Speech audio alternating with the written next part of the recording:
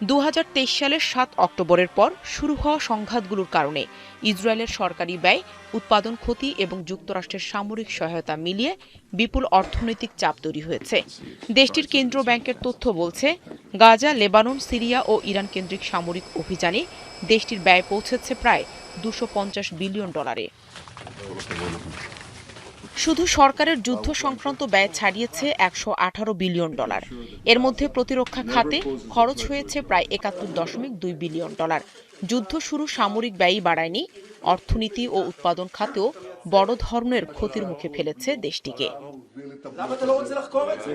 এছাড়া ক্ষতিপূরণ বাবদ ব্যয় হয়েছে $9.6 বিলিয়ন।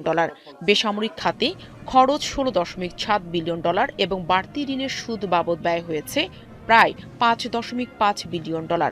ইসরায়েলকে যুক্তরাষ্ট্রের দেয়া অস্ত্র, গোলাবারুদ ও সামরিক সরঞ্জামের মূল্য প্রায় $26 বিলিয়ন।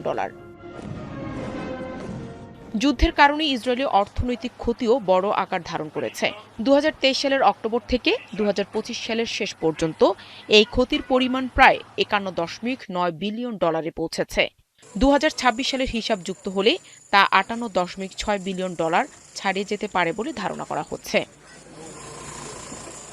বিশ্লেষকদের মতে, সরকারি ব্যয় বৃদ্ধি, করের চাপ, জীবনযাত্রার ব্যয় বৃদ্ধি এবং ছোট ও মাঝারি ব্যবসার ওপর নেতিবাচক প্রভাব সব মিলে দীর্ঘমেয়াদী অর্থনৈতিক চ্যালেঞ্জের মুখে পড়েছে ইসরায়েল।